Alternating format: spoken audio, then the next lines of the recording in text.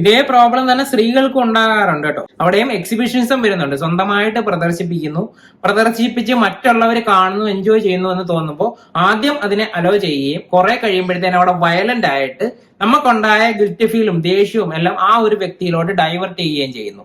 ആ വ്യക്തി ആൾക്കാർ ഇടിക്കുന്നതൊക്കെ കണ്ടിട്ട് എൻജോയ് ചെയ്യുന്നു. ആ സമയത്തൊന്നും നെഗറ്റീവ് ഫീലിങ്സ് ഉണ്ടാകുന്നില്ല. കുറെ കഴിയുമ്പോൾ അതിനകത്ത് കുറ്റബോധം തോന്നും. വല്ലതും പറയത്തില്ലേ, ഇതിനകത്ത് ഈ പ്രശ്നം കൂടുതലുള്ളത് അമ്മാവന്മാർക്കാണ്, പ്രായം കൂടി വരുന്നതനുസരിച്ചിട്ടാണെന്നുള്ളതൊക്കെ സത്യമാണ്. കുറെ നാൾ കഴിയുമ്പോഴത്തേന് ഇത് സഹിക്കാൻ പറ്റാത്ത സ്റ്റേജിലോട്ട് വരുവാണ്. ഇതിനൊരു ട്രാൻസിഷൻ ഉണ്ട്. തുടക്കത്തിൽ ചിലപ്പോ ഭയങ്കര വിഷമമോ അല്ലെങ്കിൽ ദേഷ്യമോ ഒക്കെ ആയിട്ടായിരിക്കും റിഫ്ലക്ട് ചെയ്യുന്നത്. ചിലപ്പോൾ ഇതേപോലെ തന്നെയുള്ള കാര്യങ്ങൾ ഡയറക്റ്റ് ഉണ്ടായിരിക്കത്തില്ല.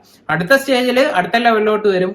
അത് ഫെയിൽ ആകുമ്പോൾ അടുത്ത ലെവലിലോട്ട് വരും. അങ്ങനെ കൂടി വന്നിട്ട് ഏറ്റവും നെഗറ്റീവ് ആയിട്ടുള്ള ബിഹേവിയറിലോട്ട് ഗ്രാജുവൽ ആയിട്ടായിരിക്കും ചിലർ പോകുന്നത്.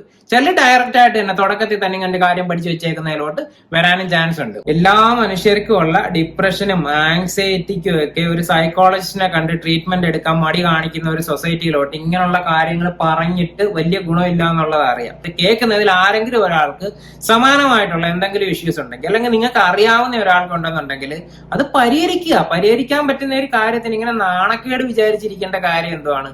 എല്ലാ അസുഖങ്ങൾക്കും ആശുപത്രിയിൽ ആദ്യം ഓടിപ്പോകുന്നതെന്ന് പറയുന്നത് നമ്മളെ മലയാളികൾ തന്നെയാണ്. പക്ഷെ മാനസിക പ്രശ്നങ്ങൾ നമുക്കുണ്ട് എന്ന് അറിയുമ്പോൾ നാണക്കേട് കാരണം പോകാതിരിക്കും.